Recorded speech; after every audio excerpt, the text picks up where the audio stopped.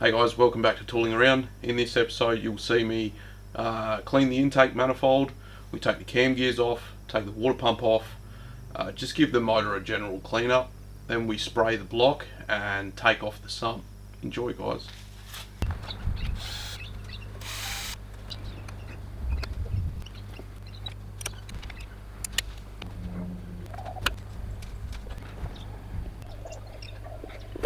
There's that one. Definitely won't be reusing these. They're all split, so I'll order some new ones of those as well. Looks like they're all O-rings. Never actually had this one off before, so I've just gone ahead and plugged all these up. I'll hit it with a vacuum cleaner. There's still rat shit in there, literally. Probably just use some WD-40 and some scrubbing brushes and see how we go. But that's just after vacuuming it, giving it a good brush out. It's already come up heaps better, so probably spend an hour on this, just giving it a scrub, and we'll see how it comes out. So this is what it looks like after about an hour. I think it's alright. Another thing, you can get to this front bolt by taking the rocker cover off. It's pretty sketchy how you get it. You got to like flex this. But then it's stuck in there, it's captive anyway. Doesn't matter if you take this off.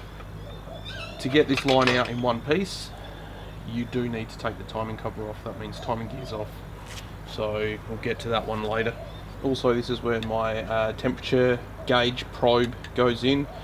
I don't remember stripping it on the way in, but on the way out it did not want to come. So I ended up rattling it out, and there's pretty much no thread left. So we're going to have to do some thread repair on that one as well. Alright, it's another rainy weekend here. We'll see how we go. I'm just in the carport at the moment. If it starts to rain, we'll have to move the cars. What I'm going to do today, we're going to take off these timing gears, the water pump, and get it all back, stripped back for cleaning. We need to do the cam seals. But first we need to clock this thing so that we know when we put the belt back on, everything's still timed correctly. So there's 3 points that we need to look at. I'm just going to go ahead and mark them up so you can see them a bit easier. One's just here. One's just here. There's a corresponding one on the gear. Can't even see him.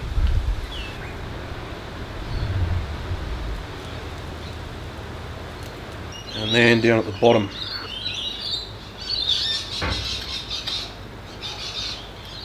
Fuck, of course it's greasy.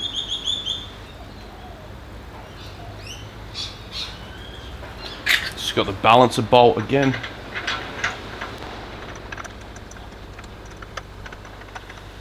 And I'm just going to turn this over until all those marks line up.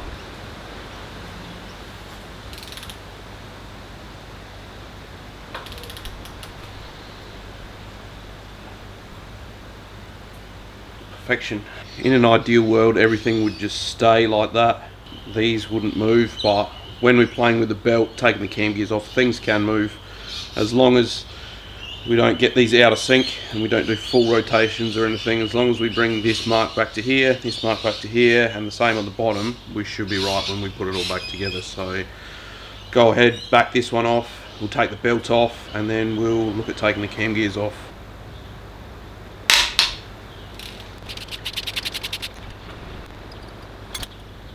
Take the idler off.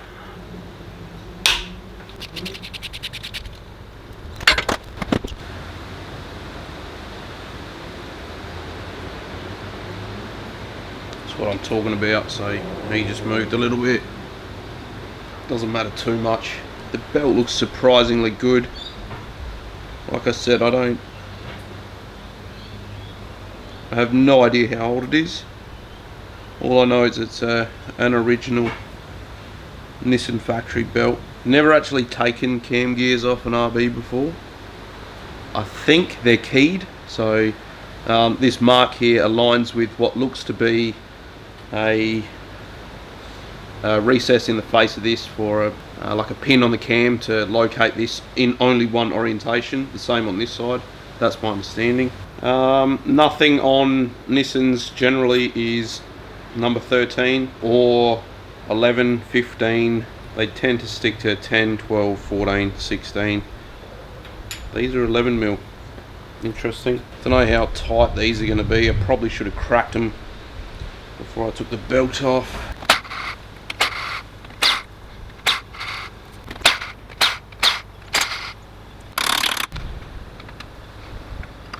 Just using real light pressure here.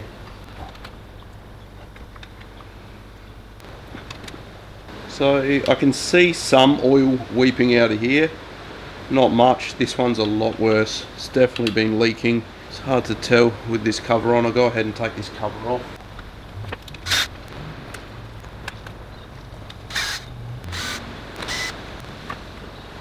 Now we can take this bastard out. So that's where it runs. It's that little secret passage I was telling you about.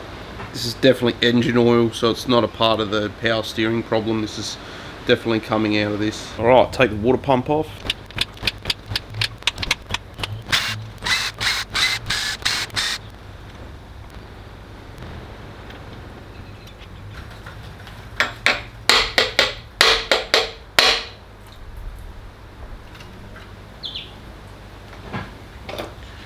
Very nice. That doesn't look too bad at all. That's actually a lot better than I was expecting. The pump itself doesn't look too bad. The bearing feels good. I can't see if it's a genuine Nissan or not. There'd be a marking on it somewhere. It's just filthy. So the amount of corrosion in there is actually, like I said, a lot less than I was expecting. Going to go ahead now and we're going to take this bolt out, get this drive spline off and this backing plate so we can get to the front main.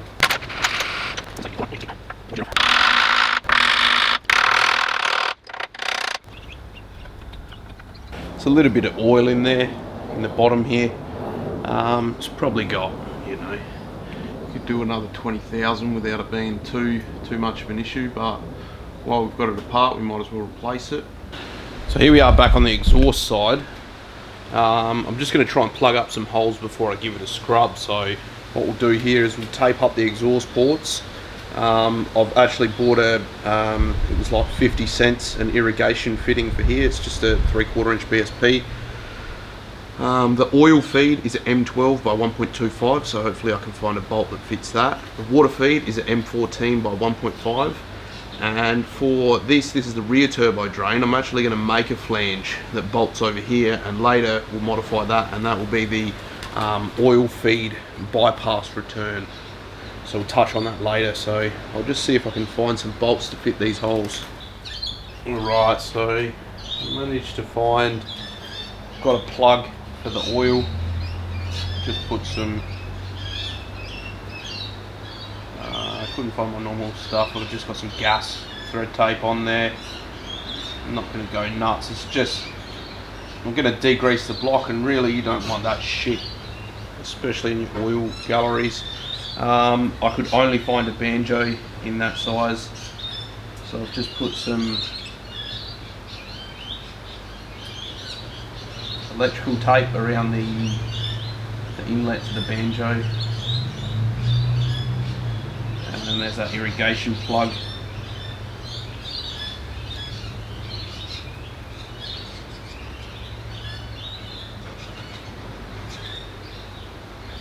So now for this one, I'm just gonna, I've got one of these gaskets, I'm just gonna trace it onto a piece of steel and cut out the outside, drill out the bolt holes. Before I do that, I'll just tape up these exhaust ports.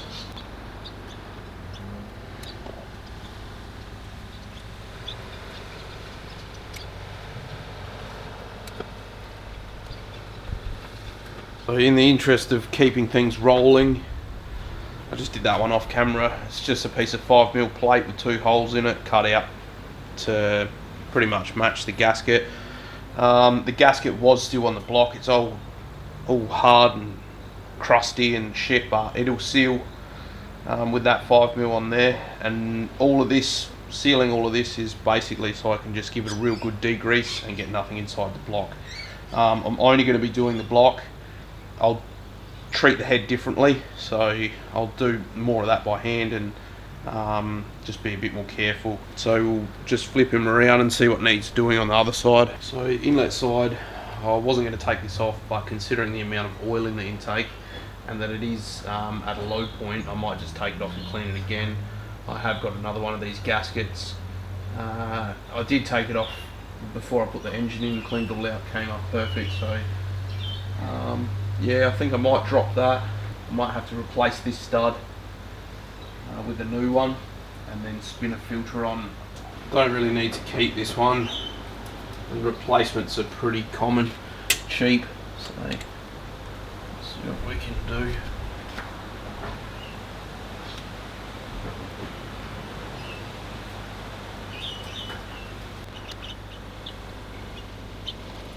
So if anybody is looking for the screw style stud, this is the number here.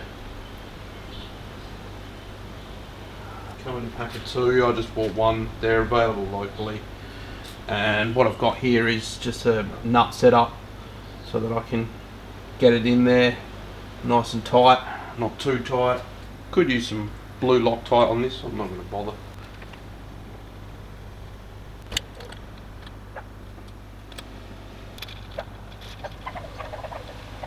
Probably worth noting, the original didn't have any sealer or anything like that, it just went in bare. This one here still doesn't want to play. Sprayed it a couple of times with WD-40, it's pretty rusted. Just going to try and just weld over the top to the nut and hopefully that just cracks free with the heat. I would in no way say that this is the best way to do this. There's a lot of oil around. Got the fire extinguisher ready. The correct way to do it would be a stud removal tool. Don't have one of those.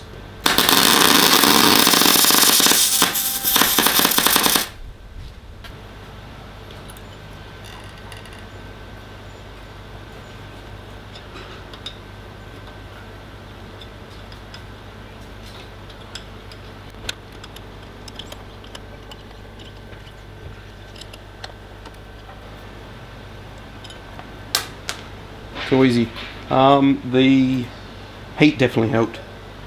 Like the pressure that I exerted on the bolt just to get it cracked was nothing compared to what I was putting on it before, so easy.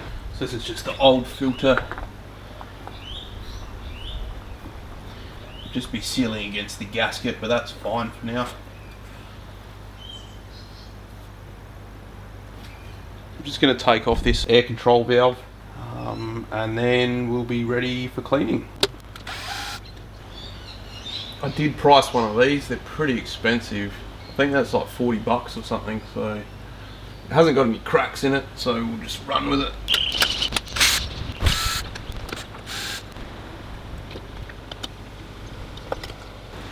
Okay, so I've just got some Kenko degreaser in a bottle here. I'll show you the bottle, but the label's long gone. It's good shit. Just going to spray all the super greasy parts and let it soak in. Not too worried about the sump at this stage, because I'll clean that once it's off the car. This stuff does ask to be diluted. I never bother. Just let that soak in for, I don't know, a few minutes, and then we'll give it a scrub.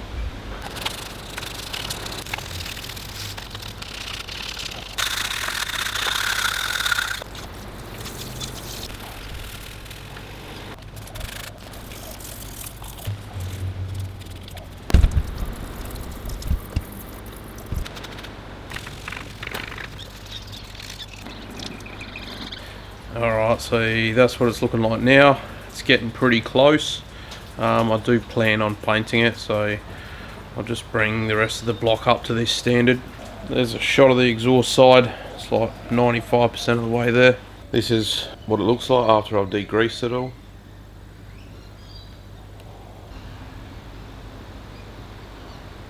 So I've got the oil pump looking the best I could. It's just the original oil pump, but I'm still going to use it. Just a shot of the intake side as well. So at this stage the only thing left to clean is really the sump, and I'm going to do that after I pull it off, and in the valley, so I'll show you what that looks like.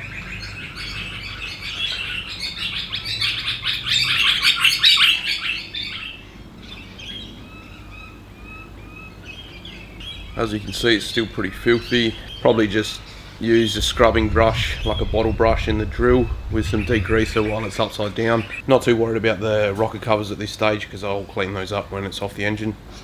Here's some of the hardware for the water pump, the balancer, and just the drive sprockets and everything. I just soaked them in Kero overnight and then put them through.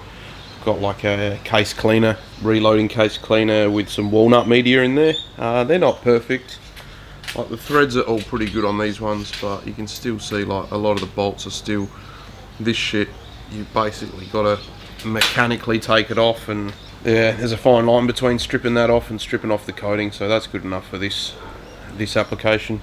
Okay, so these are some of the bolt-on parts that I've just degreased. I'll hit them with some wax and grease remover and then we'll spray paint them. I've just got the engine mounts that bolt to the block, the rubber engine mounts, timing cover, balancer, power steering bracket and the alternator bracket, the cast bracket, a little heat shield. Won't be spraying these two, just clean them up a bit more, and the timing gear backing plate.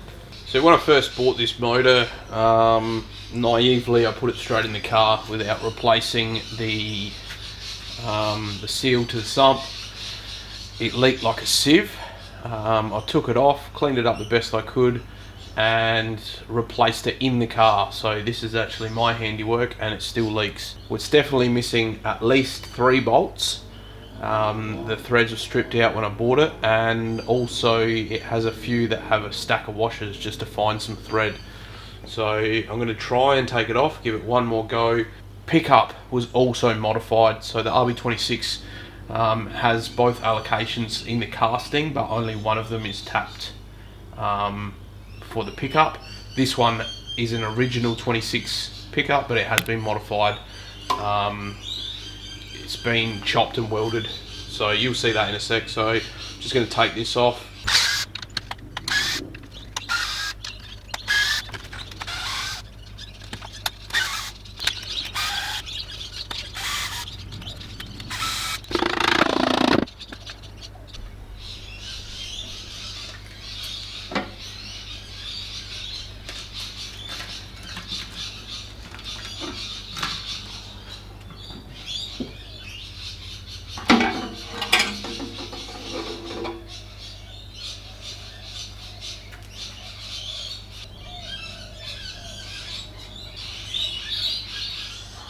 Just noticed, I'm not sure if there's supposed to be a windage tray or something on here, but this is tapped.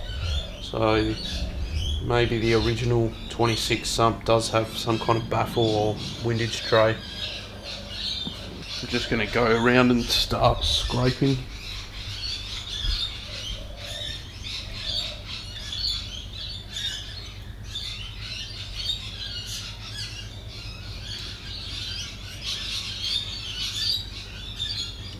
Put some plastic over the rotating assembly just so we don't get any shit in there.